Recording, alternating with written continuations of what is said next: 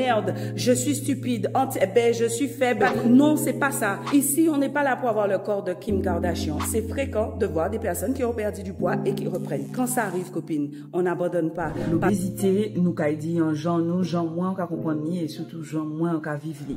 Et le copine, il faut absolument qu'on parle. Récemment, j'ai fait une publication où je parlais concernant l'obésité de phase de récidive et de phase de rémission. Or, ce sont pas des termes que les scientifiques utilisent concernant l'obésité. Là, on est plutôt dans le domaine de la cancérologie. Au vu de vos réactions et de vos retours, ça vous parle. Donc, prise de poids, je suis en récidive. Perte de poids, je suis en rémission. Si on gardait ces mêmes analogies et qu'on allait un petit peu plus loin. Quand quelqu'un a le cancer et que ça ne fonctionne pas, malgré ça, qu'est-ce que l'équipe médicale fait? Ils se réunissent et ils vont changer de traitement. Que vous avez mis en place un certain nombre de choses, ça a fonctionné pendant un moment de votre vie et bon, malheureusement, ben, vous êtes arrivé à une phase, par exemple la ménopause, et c'est mon cas actuellement, la préménopause, ou alors il y a un bouleversement dans ton environnement, un décès, un choc émotionnel, un changement de travail, des habitudes de vie qui ne sont plus les mêmes. Boum! Reprise de poids, donc récidive. Qu'est-ce qu'on fait?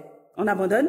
Non, copine, on n'abandonne pas. On essaie de trouver une solution adaptée à la situation actuelle. En fait, c'est comme ça qu'il faut réfléchir. Certainement pas culpabiliser et se dire, merde, je suis stupide, ben, je suis faible, je n'ai pas de... Non, c'est pas ça. Il arrive qu'il y ait de la récidive parce que je rappelle que l'obésité, c'est une maladie multifactorielle, mais aussi récidivante. Donc, ça fait partie des caractéristiques puisqu'il s'agit d'une maladie chronique et qu'on n'en guérit pas. Donc, ça veut dire que toute ta vie, copine, il va falloir trouver des solutions quand ça ne fonctionne pas. C'est fréquent de voir des personnes qui ont perdu du poids et qui reprennent. Donc, c'est à toi que s'adresse ce message-là. Quand ça arrive, copine, on n'abandonne pas parce qu'il y a aujourd'hui des solutions, il y a des traitements, mais surtout, c'est qu'il faut que tu prennes tes responsabilités, ton courage à deux mains, que tu arrêtes de culpabiliser et que tu trouves des solutions avec une équipe médicale. C'était mon message pour toi aujourd'hui et j'ajouterai que ici, on n'est pas là pour avoir le corps de Kim Kardashian. Ici, on est là pour améliorer notre santé.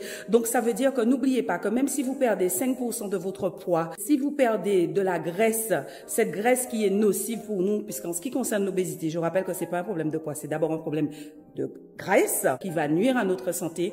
Si tu perds 5% de ce poids-là, parce que c'est ce que les scientifiques ont déterminé, tu améliores considérablement ta qualité de vie. Tu réduis les risques cardiovasculaires. Tu t'éloignes de cette deadline que nous avons tous, d'accord? Tu vas améliorer tes conditions de vie. Tu vas pouvoir peut-être marcher mieux. Qui dit marcher mieux veut dire passer peut-être un petit peu plus de temps debout, accompagner tes enfants dans des activités physiques, accompagner tes enfants à l'école plus facilement, aller danser, enfin, vivre quoi, copine.